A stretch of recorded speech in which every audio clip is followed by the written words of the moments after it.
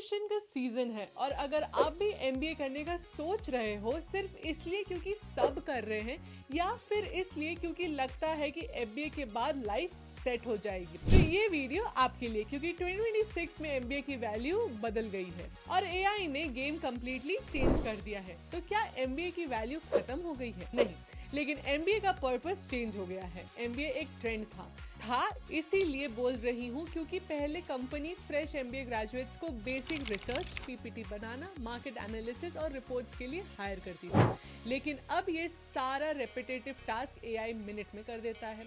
सिर्फ MBA degree होना अब काफी नहीं है, तो सवाल आता है हम एमबीए करें या नहीं।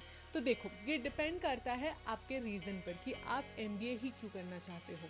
जिसका केस 1 हो सकता है कि आप consulting, investing, banking, product management या लीडरशिप रोल्स में जाना चाहते हो, तो MBA absolutely makes a sense, specially तब अगर आप टॉप कॉलेजेस को टारगेट करो। इंडिया में अराउंड 6000 कॉलेजेस है जो एमबीए ऑफर करते हैं, लेकिन उनमें से टॉप बिजनेस स्कूल्स 100 से भी कम है, क्योंकि टॉप बिजनेस स्कूल सिर्फ डिग्री नहीं देते, एक्सपोजर, नेटवर्क और प्लेसमेंट भी देते हैं। एमबीए सेलेक्ट करने का केस 2 हो सकता है अगर आप जॉब में स्टक हो, 5 से 6 साल का एक्सपीरियंस है, करियर स्विच करना है, तो एमबीए एक स्ट्रॉन्ग रीसेट बटन हो सकता है। बहुत लोग टेक्निकल रोल्स से प्रोडक्ट, कंसल्टिंग या मैनेजमेंट में इसी रूट से शिफ्ट करते हैं। इसके अलावा अगर आपका कोई और रीजन है तो कमेंट करके मेरे को जरूर बताना। I will tell you that it is even worth it और नॉट। अब देखते हैं कि एमबीए कब एक गलती बन सकता है। पहले, अगर आप सिर्फ कंफ्यूजन की वजह से एमबीए कर रहे हो, समझ नहीं आ रहा है लाइफ में क्या करना है, चलो एमबीए कर लेते हैं, अगर ये रीजन है तो ट्रस्ट में ये भविष्य में सबसे महंगी गलती साबित हो सकती है, क्योंकि एमबीए क्लैरिटी नहीं देता, एमबीए क्लैरिटी के बाद ग्रोथ देता है। दूसरी गलती, एवरेज या रैंडम कॉलेज से एमबीए करना।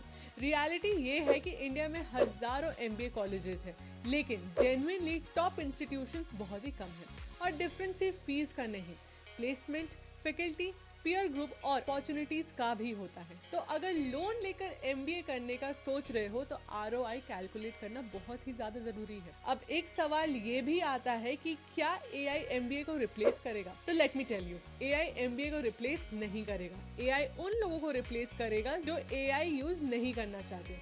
फ्यूचर उन लोगों का है जो बिजनेस नॉलेज और एआई दोनों को कंबाइन करेंगे। एआई डेटा एनालाइज कर देगा, प्रेजेंटेशन बना देगा, रिसर्च कर देगा, लेकिन final strategy, decision making, leadership, negotiation और जजमेंट, ये सब अभी भी इंसानों के ही हाथ में है और डिमांड इसी स्किल की बढ़ रही है to use AI with your respective niche. अब अगर आप इंजीनियर हो तो आपको एमबीए करना चाहिए भी या नहीं? देखो, अगर कोडिंग या टेक्निकल वर्क ही पसंद है तो शायद नहीं, लेकिन अगर बिजनेस साइड एक्सप्लोर करना चाहते हो या फिर लीडरशिप रोल्स में जानना चाहते हो, तब डेफिनेटली एमबीए एक स्ट्रॉन्ग ऑप्शन है। द फैक्ट इज कि एमबीए डेड नहीं है, बस थोड़ा फॉर्मूला चेंज हो चुका है। आज सिर्फ डिग्री लेकर मार्केट घुसना इज क्वाइट डिफिकल्ट। आपके पास स्किल्स भी बहुत जरूरी है, जैसे कि एआई अंडरस्टैंडिंग, कम्युनिकेशन और रियल प्रॉब्लम सॉल्विंग एबिलिटी। इसलिए एमबीए करने से पहले खुद से ये सवाल आप जरूर करना, मैं एमबीए क्यों करना चाहता हूँ? अगर आंसर क्लियर है और आप टॉप इंस्टीट्यूट टारगेट कर रहे हो तो एमबीए लाइफ चेंजिंग इन्वेस्टमेंट हो सकता है।